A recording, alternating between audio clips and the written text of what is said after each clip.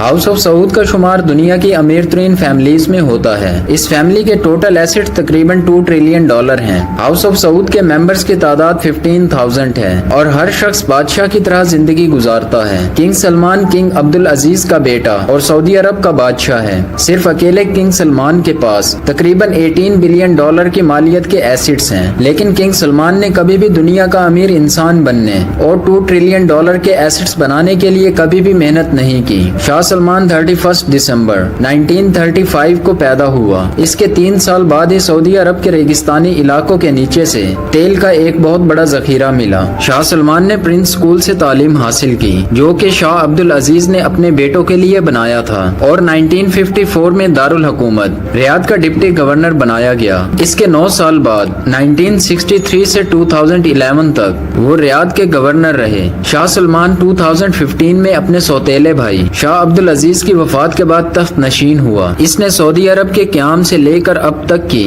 سب سے بڑی اصلاحات کا آغاز کیا، جس سے اس کے خاندان کی دولت میں بھی بے پناہ اضافہ ہوا۔ کنگ سلمان اور اس کی فیملی کے ممبر عیش و عشرت کی زندگی گزارتے ہیں۔ ان کے پاس golden cars, golden toilets, golden fixtures, ان کے ٹوتھ برش بھی گولڈ پلیٹڈ ہیں۔ ہاؤس آف سعود کو سب سے زیادہ دولت آئل اور انرجی سے حاصل ہوتی ہے۔ ہاؤس آف سعود نے گیس، آئل اور انرجی ریسورسز کی بڑی بڑی کمپنیز میں انویسٹ کر رکھا ہے جن کی قیمت ٹریلینز میں ہے۔ ال سعود فیملی کی دولت میں سب سے بڑا حصہ ارامکو کا ہے۔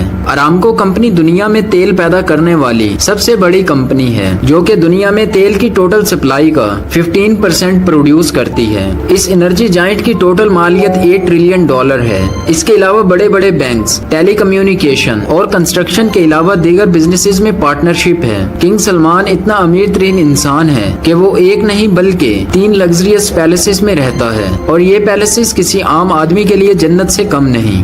الیمامہ پیلس، الیمامہ پیلس جو کہ سعودی عرب کے کیپٹل ریاض میں ہے، شاہی خاندان کی لگژریس لائف کا منہ بولتا ثبوت ہے۔ یہ پیلس 1980s میں بنایا گیا۔ اس محل کے ایکسٹیریئر کو وائٹ سنگ مرمر جبکہ اس کا اندرونی حصہ گولڈ پلیٹڈ ہے۔ اس پیلس کا ڈیزائن روایتی عربین فن تعمیر اور جدید عیش و عشرت کا امتزاج ہے، جو کہ اس محل کی عظمت میں 4 چاند لگاتا ہے۔ اس محل کا انٹیریئر 50 لگژری رومز کی وجہ سے بہت زیادہ امپریسو ہے۔ یہ تمام رومز ویل فرنشنگ اور ویل ڈیکوریٹڈ ہیں۔ یہ پیلس 1980s میں سعودی عرب اور برطانیہ کے درمیان الیمامہ ہتھیاروں کے معاہدے کے حصے کے طور پر بنایا گیا تھا۔ اس پیلس کی کاسٹ $2.5 بلین تھی۔ یہ پیلس سعودی عرب کو ایک گفٹ کے طور پر ملا تھا۔ ابجا پیلس، یہ پیلس سعودی عرب کے اولڈ آرکیٹیکچر کا بہترین نمونہ ہے۔ یہ دنیا کے قدیم محلوں میں سے ایک محل ہے جو اپنی قدیم تاریخ اور فن تعمیر کی خصوصیات کی وجہ سے اپنا ایک الگ مقام رکھتا ہے۔ اگرچہ الیمامہ کی طرح اس میں اتنا زیادہ گولڈ نہیں ہے، لیکن اس کی دیواریں ریاض کی بلیک اینڈ وائٹ تصاویر سے آراستہ ہیں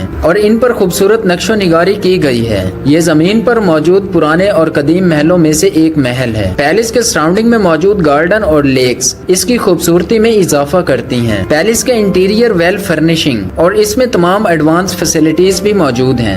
$500 ملین کا یہ محل اپنی مثال آپ ہے۔ King Salman mostly high profile guests کے ساتھ میٹنگ کے لیے اسی پیلس کا انتخاب کرتے ہیں۔ ارگا پیلس، شاہ سلمان اکثر اپنے وزٹ کے لیے ارگا پیلس تشریف لاتے ہیں۔ 2013 میں براک اوباما کی میٹنگ شاہ سلمان کے ساتھ اسی پیلس میں ہوئی تھی، اور اس میٹنگ میں ان دونوں کے درمیان گولڈ ٹیشو ڈسپینسر موجود تھا، جس سے اندازہ لگایا جا سکتا ہے کہ یہ پیلس بھی سونے سے بھرپور ہے۔ ارگا پیلس جدید فن تعمیر کا منہ بولتا ثبوت ہے۔ اس پیلس میں موجود گارڈن، سوئمنگ پول، ڈیکوریشن، اعلیٰ کوالٹی کی قالینز، اٹالین ماربل اور گولڈن فرنشنگ اس کی خوبصورتی میں 4 چاند لگاتے ہیں۔ اس محل کی قیمت بھی تقریباً $500 ملین ہے۔ پرائیویٹ جیٹس، سعودی کنگ کے پاس دنیا کے سب سے شاندار پرائیویٹ جیٹس ہیں، جسے فلائنگ پیلس بھی کہا جائے تو غلط نہ ہوگا۔ ہائیلی موڈیفائڈ بوئنگ 747-400 جس کی قیمت $600 ملین ہے۔ اگر اسے فلائنگ پیلس بھی کہا جائے تو شاید غلط نہ ہوگا۔ اس میں 600 سے زائد لوگوں کی گنجائش ہے۔ اس کے ڈیفینسو اور اوفینسو سسٹم کی وجہ سے اس کی قیمت میں تقریباً 50% اضافہ ہوا۔ اس ایئر بس میں ہائیلی پروٹیکٹیو سسٹم لگایا گیا ہے، جو کہ براہ راست نشانہ بنانے والے